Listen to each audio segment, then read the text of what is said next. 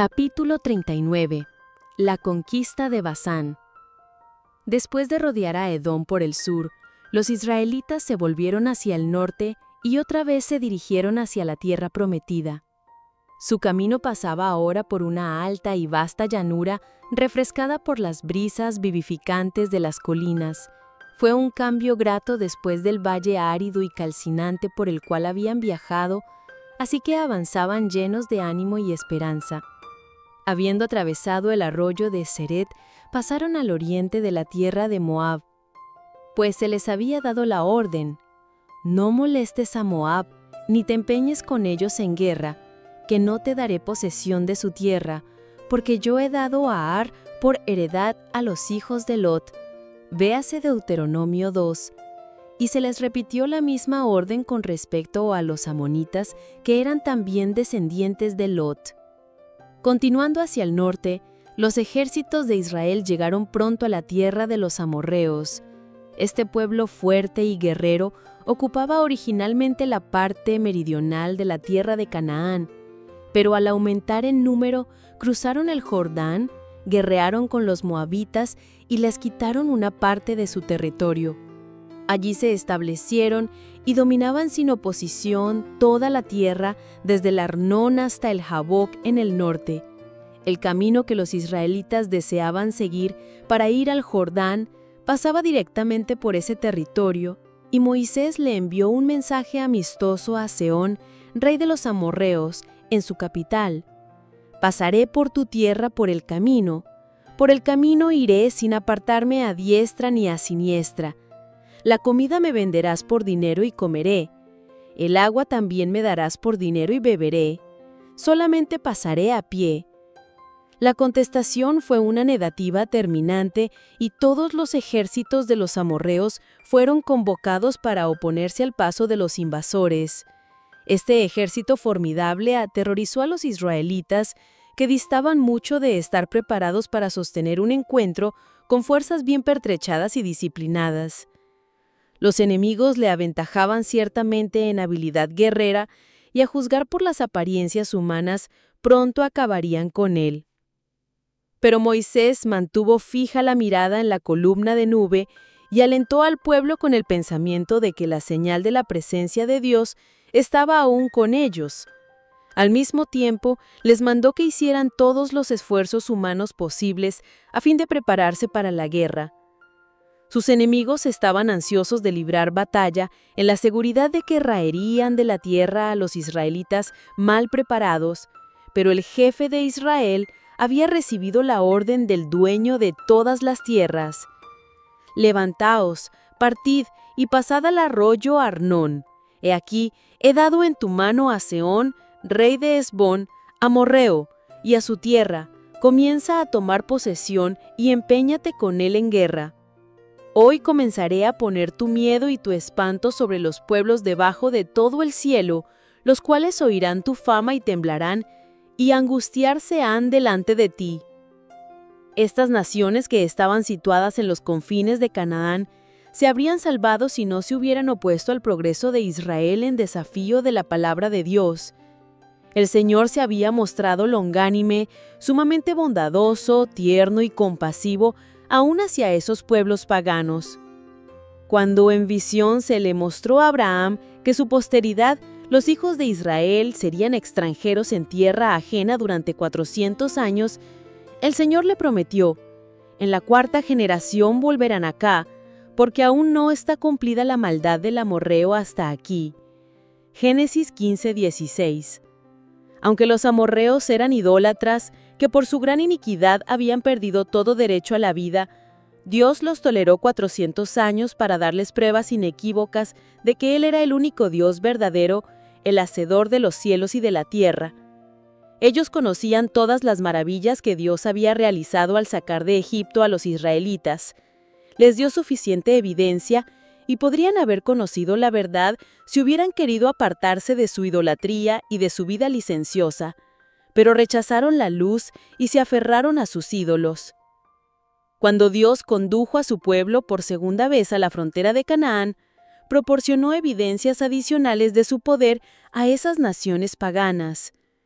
Vieron que Dios había estado con Israel en la victoria que obtuvo sobre los ejércitos del rey de Arad y de los cananeos, y en el milagro obrado para salvar a los que perecían por las mordeduras de las serpientes.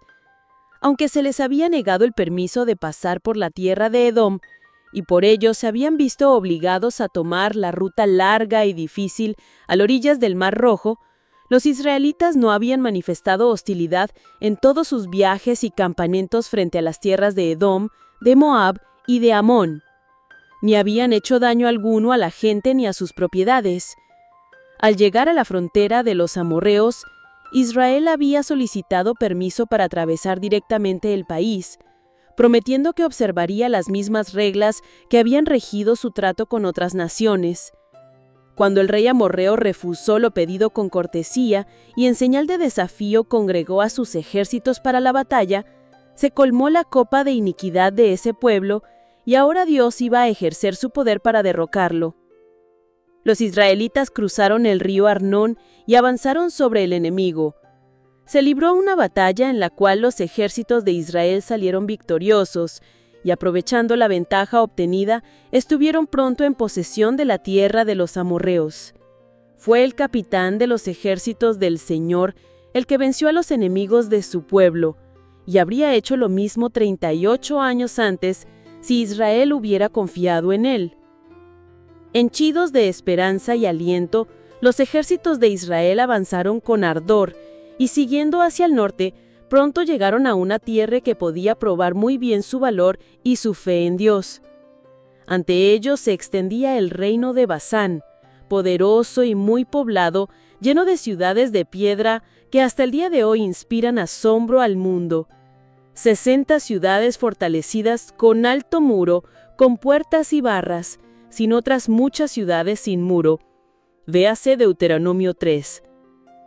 Y se les repitió la misma orden con respecto a los amonitas, que eran también descendientes de Lot. Continuando hacia el norte, los ejércitos de Israel llegaron pronto a la tierra de los amorreos. Este pueblo fuerte y guerrero ocupaba originalmente la parte meridional de la tierra de Canaán, pero al aumentar en número, cruzaron el Jordán, guerrearon con los moabitas y les quitaron una parte de su territorio. Allí se establecieron y dominaban sin oposición toda la tierra, desde el Arnón hasta el Jaboc, en el norte.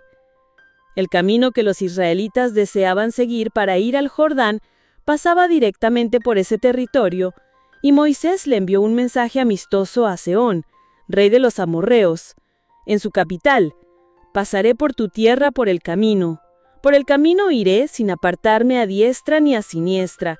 La comida me venderás por dinero y comeré. El agua también me darás por dinero y beberé. Solamente pasaré a pie». La contestación fue una negativa terminante y todos los ejércitos de los amorreos fueron convocados para oponerse al paso de los invasores. Este ejército formidable aterrorizó a los israelitas, que distaban mucho de estar preparados para sostener un encuentro con fuerzas bien pertrechadas y disciplinadas. Los enemigos le aventajaban ciertamente en habilidad guerrera, y a juzgar por las apariencias humanas, pronto acabarían con él. Pero Moisés mantuvo fija la mirada en la columna de nube y alentó al pueblo con el pensamiento de que la señal de la presencia de Dios estaba aún con ellos. Al mismo tiempo, les mandó que hicieran todos los esfuerzos humanos posibles a fin de prepararse para la guerra. Sus enemigos estaban ansiosos de librar batalla, en la seguridad de que raerían de la tierra a los israelitas mal preparados. Pero el jefe de Israel había recibido la orden del dueño de todas las tierras: «Levantaos, partid y pasad el arroyo Arnón.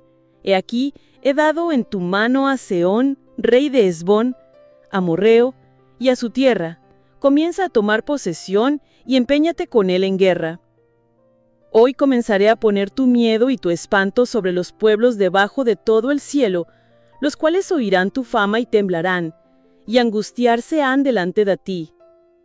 Estas naciones, que estaban situadas en los confines de Canaán, se habrían salvado si no se hubieran opuesto al progreso de Israel en desafío de la palabra de Dios.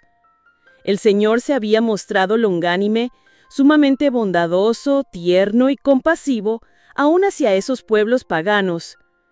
Cuando en visión se le mostró a Abraham que su posteridad, los hijos de Israel, serían extranjeros en tierra ajena durante 400 años, el Señor le prometió: en la cuarta generación volverán acá, porque aún no está cumplida la maldad del amorreo hasta aquí. Génesis 15:16. Aunque los amorreos eran idólatras, que por su gran iniquidad habían perdido todo derecho a la vida, Dios los toleró 400 años para darles pruebas inequívocas de que Él era el único Dios verdadero, el hacedor de los cielos y de la tierra. Ellos conocían todas las maravillas que Dios había realizado al sacar de Egipto a los israelitas. Les dio suficiente evidencia y podrían haber conocido la verdad si hubieran querido apartarse de su idolatría y de su vida licenciosa, pero rechazaron la luz y se aferraron a sus ídolos. La primera vez que se prepararon para entrar en Canaán, eran menos que ahora las dificultades que acompañaban la empresa. Dios había prometido a su pueblo que, si le obedecía y oía su voz, iría delante de él y pelearía por él, y que también enviaría avispones para ahuyentar a los habitantes de la tierra. En general, los temores de las naciones no se habían despertado, y ellas habían hecho pocos preparativos para oponerse al progreso de Israel. Pero cuando el Señor le ordenó ahora que avanzara, lo tuvo que hacer contra enemigos poderosos y alertados, de modo que hubo de luchar con ejércitos grandes y bien preparados para oponerse a su paso. En sus luchas con Og y Sehón, el pueblo se vio sometido a la misma prueba bajo la cual sus padres habían fracasado tan señaladamente. Pero la prueba era ahora mucho más severa que cuando Dios ordenó a los hijos de Israel que avanzaran. Las dificultades del camino habían aumentado desde que ellos rehusaron avanzar cuando se les mandó hacerlo en el nombre del Señor. Es así como Dios prueba aún ahora a sus hijos. Si no soportan la prueba, los lleva al mismo punto, y la segunda vez, la prueba será más estrecha y severa que la anterior. Esto continúa hasta que soportan la prueba o, si todavía son rebeldes, Dios les retira su luz y los deja en tinieblas. Los hebreos recordaban ahora cómo anteriormente, cuando sus fuerzas habían salido a luchar, fueron derrotadas y miles perecieron. Pero en aquel entonces habían salido a luchar en abierta oposición al mandamiento de Dios. Habían salido sin Moisés, el jefe nombrado por Dios, sin la columna de nube, símbolo de la presencia divina, y sin el arca. Pero ahora Moisés estaba con ellos y fortalecía sus corazones con palabras de esperanza y fe. El Hijo de Dios, rodeado por la columna de nube, les mostraba el camino, y el arca santa acompañaba al ejército. Todo esto encierra una lección para nosotros. El poderoso Dios de Israel es nuestro Dios. En Él podemos confiar, y si obedecemos sus requerimientos, obrará por nosotros tan señaladamente como lo hizo por su antiguo pueblo. Todo el que procure seguir el camino del deber se verá a veces asaltado por la duda e incredulidad. El camino estará a veces tan obstruido por obstáculos aparentemente insuperables que ello podrá descorazonar a los que cedan al desaliento. Pero Dios les dice: seguid adelante, cumplid vuestro deber cueste lo que costare. Las dificultades de aspecto tan formidable que llenan vuestra alma de espanto se desvanecerán a medida que, confiando humildemente en Dios, avancéis por el sendero de la obediencia.